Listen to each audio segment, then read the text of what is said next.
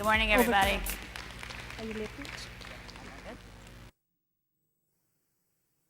So, if I don't trip on my glorious entrance, I want to spend a few minutes this morning talking about the shift from technology to digital. And we've spent lots of time this week learning a whole lot of interesting things and hearing a number of interesting projects and how people are approaching the use of ICT for D in various and sundry programs and in various countries around the world. But the question is how do we actually take what we've learned and actually bring that to the work that we do inside our organizations around the world? So I want to spend a few minutes this morning talking about that. And I want to start with the question, are you working on something that can change the world? And I love this question, and it's actually not my question. It came from Larry Page, co-founder of Google, because he says, this is the metric by which I measure what I do every day. Am I working on something that will change the world? Most of the world is not. But technology is the way that we can help scale that, and we can help change that. Now, the good news is, if you're wondering whether or not you're part of that 0.1%, is that you're here. So chances are pretty good that you're moving in that direction. I'll give you some other good news. Over the last several years, international assistance has largely remained flat. And after the dip that we saw during the financial crisis in 2008, 2009, we've come back up to somewhat normal levels, and they've leveled out over the last several years. I make no predictions about the future. I'm looking at past data. The bad news, of course, is that the challenges that we face and the problems that we're trying to solve continue to increase. 1 billion people live in poverty, 200 million people are unemployed, displacement has increased by 75% over the last decade, 30% of middle income jobs are expected to be lost to automation in the next decade. Now, one of the ways that we know this is that we measure these things. And if you think about the Millennium Development Goals, we measured those, and we got pretty close on reaching many of the Millennium Development Goals. It was a remarkable achievement. Now we're looking at the Sustainable Development Goals. They're harder, they're broader, they're more aspirational. They're also bolder, which is good, so we can solve some problems. But what allowed us to almost make the Millennium Development Goals is not going to allow us to achieve the Sustainable Development Goals. In fact, the UN estimates that the delta between the resources available that we have today and to reach the Sustainable Development Goals are about $5 trillion, maybe as high as $7 trillion. If you add in then the Paris Accord, that's another $90 trillion or so that we need. So we're a little bit short. And there is no amount of $5 trillion cookies that is going to save us and allow us to get to reaching those goals if we continue to work the way that we have worked in the past. And so I want to argue that one of the things that we need to do is to think about what do we have to do differently. This is one of my favorite quotes of all time. A good crisis is a terrible thing to waste. So if we are facing a $5 to $7 trillion shortfall, what do we do in order to bridge that gap and to be more effective in the way that we work? Well, by and large, we've looked at technology to fill that gap. And that's been a pretty good thing, and I have argued at times that we should all act like tech companies, but that is the wrong approach, which is remarkable because I think I said last year at this event we should all act like tech companies. So I've changed my mind in that year. And it's not completely the wrong approach, it's only partially the wrong approach. So while we ought to think like tech companies, let's take the tech out and actually start to think like digital companies. And it sounds close, but it's actually quite different. There is widespread acceptance in the private sector that digital disruption is happening. If you ask private sector CEOs, 100% of them will tell you that digital disruption is happening. 91% of them will tell you that they think that their own industries, their own sectors, will be disrupted in the next 3 years. And 75% of them will tell you that the next 3 years will be more important than the last 50. So folks in the private sector have figured out that there is something big going on out there. What's remarkable is in the nonprofit sector, only 52% of nonprofit CEOs believe that digital disruption is happening. That data is from about 18 months ago. So we might have seen an uptick since then, but not a huge uptick. So we are still struggling with how do we think about the role that digital disruption plays in the way that we work and how we work in terms of reaching the missions that we all have. So what's the difference between technology and digital? Well, think about tech companies that you know. Microsoft, Cisco, Tableau, Dell, lots of companies. These companies create technology. They do amazing things. IBM, Watson, they can tell me, how many folks ever go home and their spouse asks them, how are you doing today? And you say, I'm fine. And your spouse knows that you're not fine, but you just don't want to talk about it. It terrifies me that Watson would be able to come back to me and say, no, you're not. Let me tell you what's wrong with you, which may be helpful in spurring a conversation, but disrupts my ability to deflect things I don't want to talk about. Digital companies, on the other hand, take that technology, leverage it, build on top of it, and change the way that we approach a problem through the application of technology and through the smart application of technology. And if we look at how these companies have developed and what they do, we can learn a lot from them. So let's take a look. The rate of change in technology, the rate of change in the world, the rate of change with the availability of data, the rate of change of our own expectations, it demands that we take a different look at how we approach these things and learn from those companies that have been able to capitalize on that rate of change. Some evidence. The lifespan of a company on the Fortune 500 these days has dropped dramatically.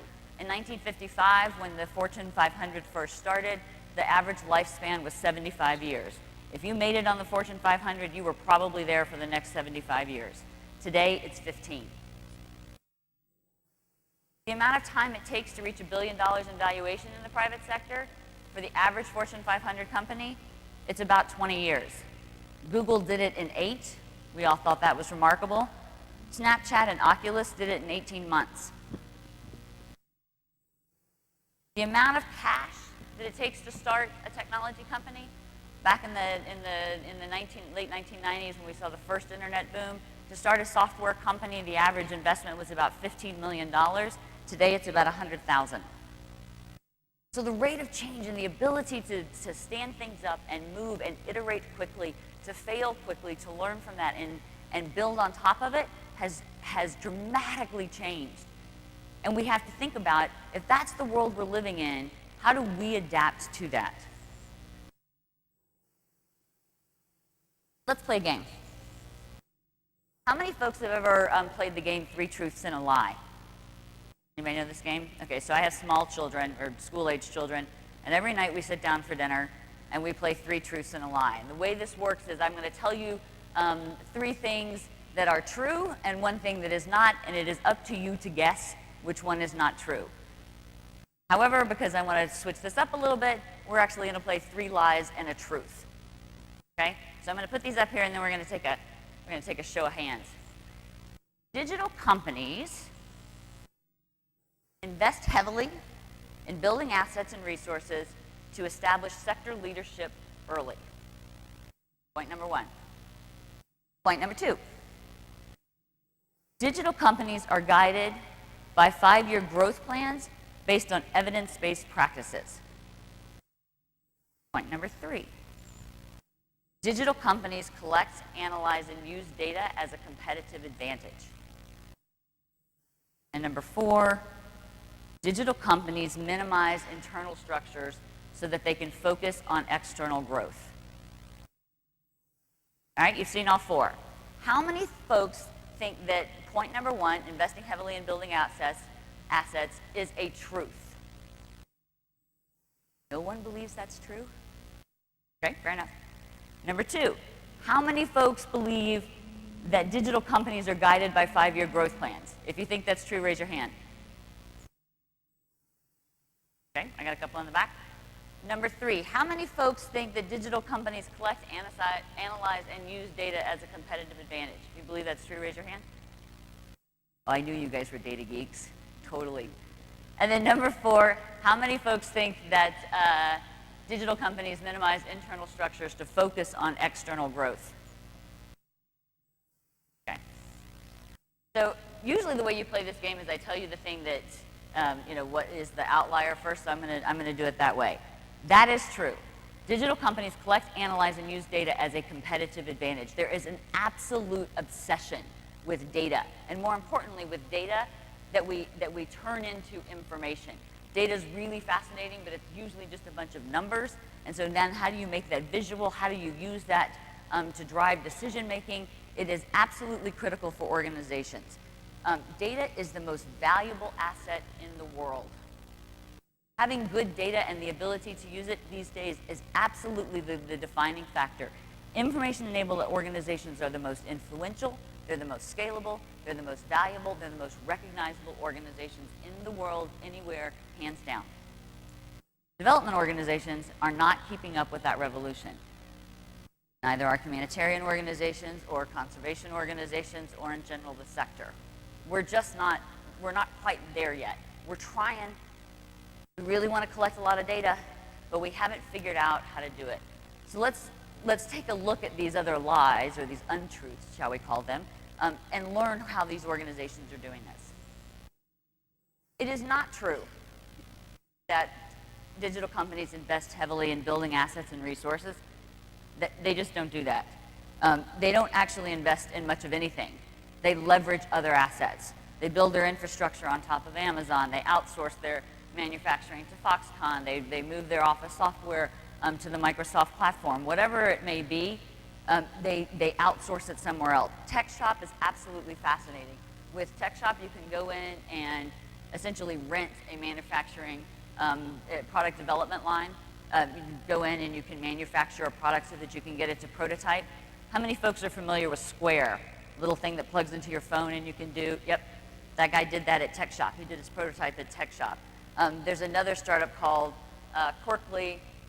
It's been through a bit of a rough period recently, but you can outsource product development and product ideation.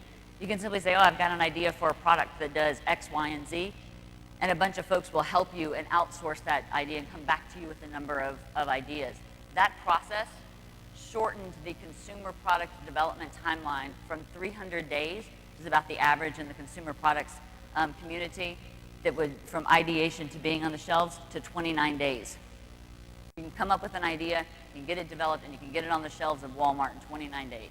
That is a remarkable shortening of the notion of getting from idea to actually selling, and do it because we leverage others' assets. Take, for example, Navtech. And a couple of folks this week, you've heard me talk about this. Navtech, back in 2007, when Nokia said they were going to buy them, was the largest GPS data provider in the world. They had sensors all over the place. They could tell you about traffic, where things were backed up. They had fully mapped 35 cities. They were in 13 countries. They had 5,000 employees, and Nokia paid $8.1 billion for them. That same year, another company started, Waze, and when Google bought them in 2011, the same year that Navtech was finally fully integrated into Nokia and written off as a loss, Waze had 50 million sensors, folks like you and me, that were driving around noting things. They had fully mapped 40-something countries, and they only had 80 employees. When Waze started, when they really first hit the market, they had 13 employees. They started small, they leveraged others' assets, they used data available from folks like you and me, and they leveraged the iPhone platform in order to get started. It is also not true that companies use 5-year growth plans based on evidence-based practices. Nobody thinks 5 years ahead. It's forever and a day between now and then. The 5-year plan is dead, it's wrong, and sometimes it's both. Take a couple of examples. In the 1990s, McKinsey advised AT&T against going into the mobile phone market. They thought it was a bad investment. For a long time, AT&T followed them. Their prediction was that by the year 2000, there would be less than 1 million mobile phones available in the market. There were 100 million phones in the market that year.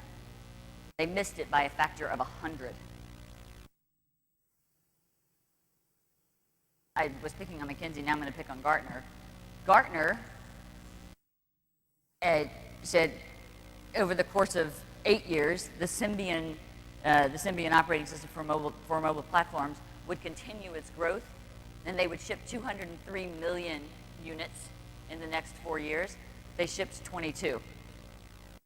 iPhone came in, Android took over. They had predicted that Android would only have somewhere between 6 and 7% of the market, and ended up with about half of the market at the time this data was true. Human genome mapping. When they first moved out to go do the human genome, they said it's going to take us 16 years and it'll cost us $6 billion.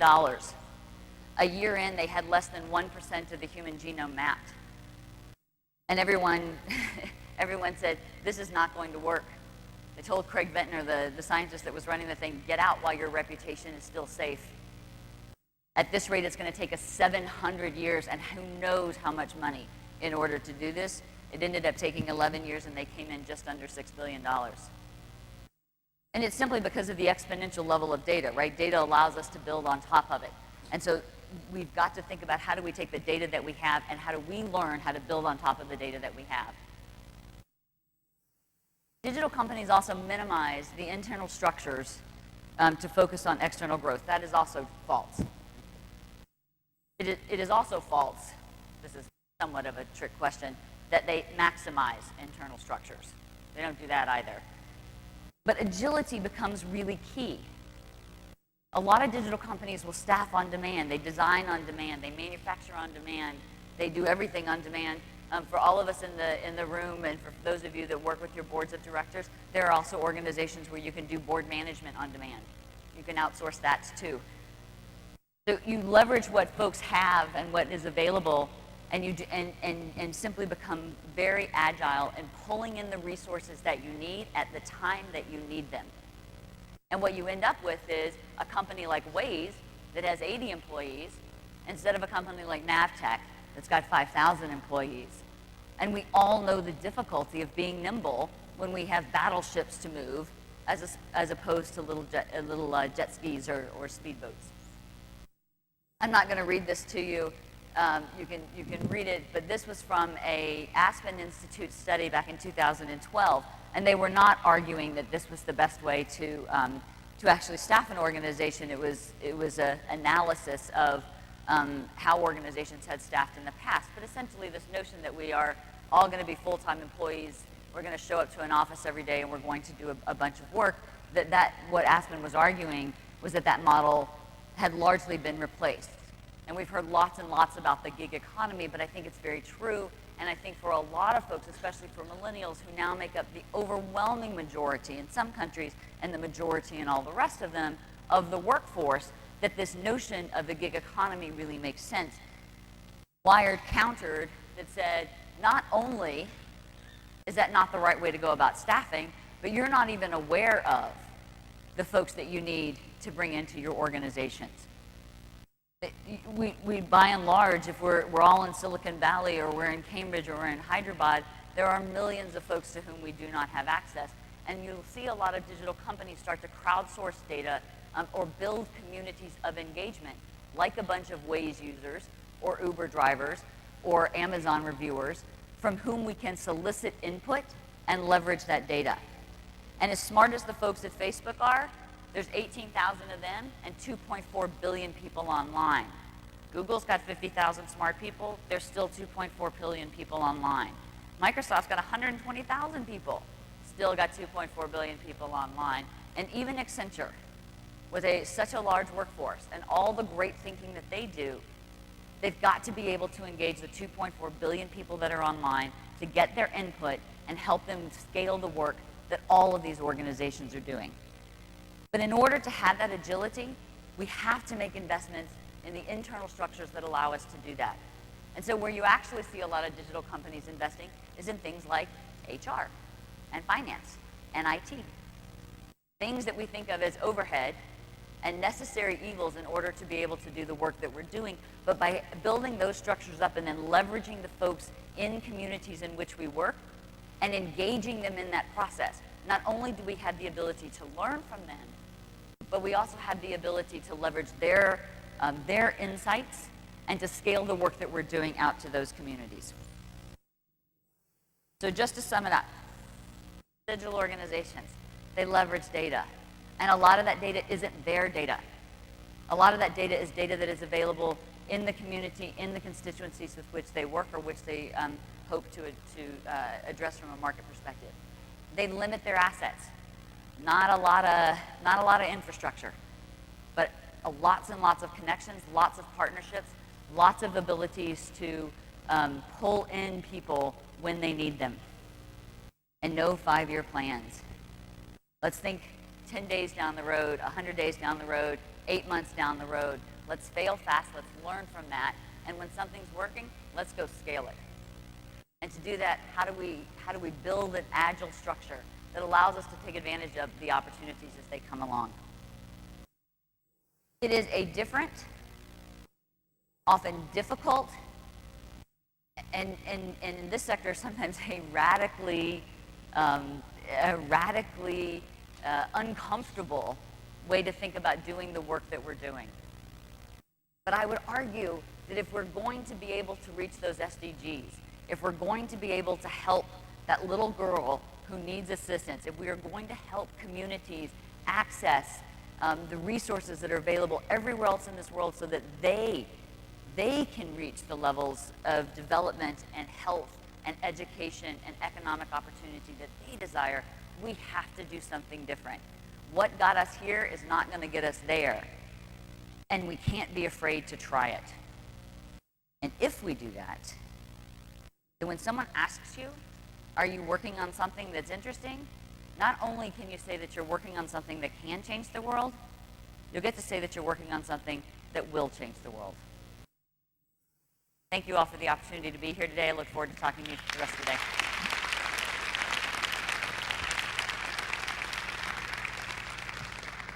Thank you, Lauren. Now we have a very special announcement, and for that, I'd like to call upon stage Radha Basu from Semi-Arid and Frederick Vinces from NetHope.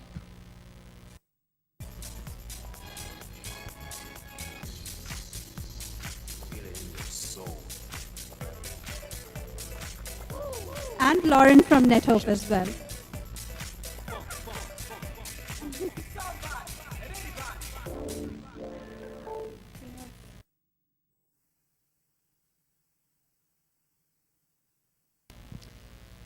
You want to go first? I get into these things. I'm Frederick Winsness with NetHope, and we're here to introduce you to a very, very special lady. This is someone that's been behind your experience here this year and 8 years prior. This is the 9th ICT4D conference, and we have Carol Bothwell to thank for every single one of those. And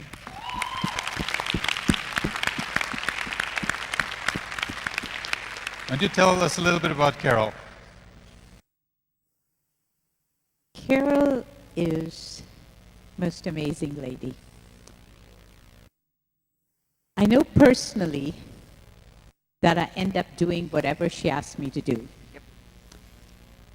She has such a crisp, clear mind, and she is so good in organization, and she is so good in thinking through how different cross-sector partnerships, which is what was the genesis of ICT4D, is that how these can actually have an impact. So she's an amazing lady in that she's strategic in her thinking, very crisp in her execution, and very persuasive in her management. And I've always admired what she's done. She's helped us immensely at iMerit and Anudeep, and she's just amazing. And I have to say that one of the things I feel really sad about here is that she's not physically here. She couldn't travel, and just has been the force. However, I will say this, she has still been the force behind this conference. No question, she's being definitely very here. far away. So let's just applaud for her again. Lauren, a word or two? Yeah, I met Carol when I first joined NetHope, and I'll agree with Radha. If Carol asks you to do something, you may say, "Oh, sure," or "Perhaps I can get around to that." But then Carol's back in 20 minutes saying, "Have you done that yet? Is that finished yet?" And for those that have ever worked with me know that I'm terrible about getting my slides done on time. I usually walk in with them in my hand. Carol's the only person in the world that I actually get them done beforehand, because Carol will absolutely make it happen. I will say Carol's ability to see the big picture and actually translate that, as Radha said, is actually really, it's incredibly impressive. And she has a wonderful ability to be able to articulate that vision in a way that is accessible to everyone. And I say that largely because we're all here. And we're all here because she and the folks with whom she built partnerships inside CRS have over the years brought this event to fruition and really made it the rich, vibrant community that it is out of an idea that came from her and that she really nurtured over the years. So I'm sorry that she's unable to be with us here today, although I know she is 100% here in spirit. I could say one more thing about Carol. She has such a fundamental belief in the statement you put up.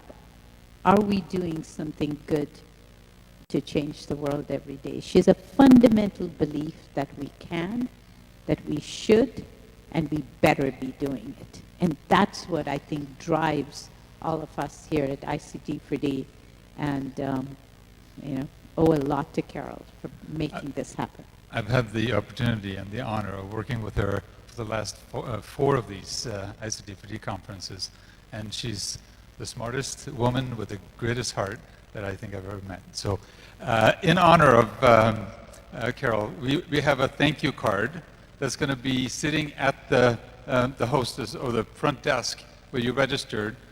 We definitely want people from the organizing consortium to come there and sign that, and anybody else that feels that they have a short little message for Carol, come and sign the card. Please stand up, and everybody, let's applaud for her so we can actually capture it. Thank you, Carol. Thank you, Carol.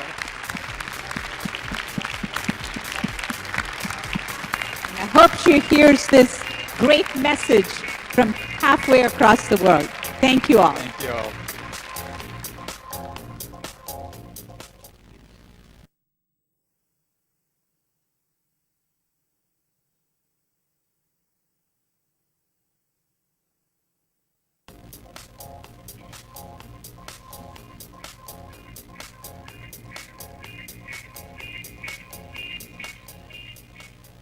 Okay, I just have a few final announcements to make. First, let's thank all the speakers, all the panelists. Can we have a big round of applause for all of them?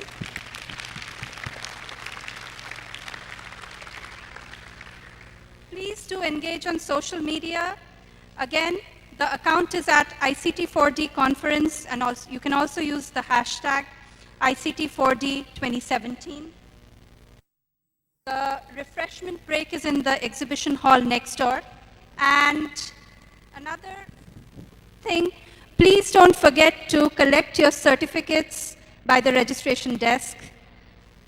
Here is one. It's pretty, and it's a testimony to the fact that you were here. So please do stop by and collect them. And finally, let's meet here again in the main plenary at 4 p.m. For the ICT4D Data Jam Award and the reflection panel discussion.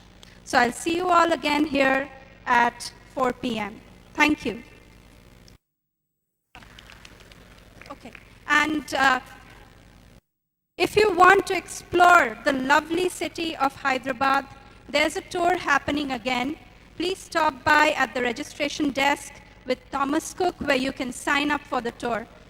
It's highly encouraged. It's a lovely tour. Thank you, everybody.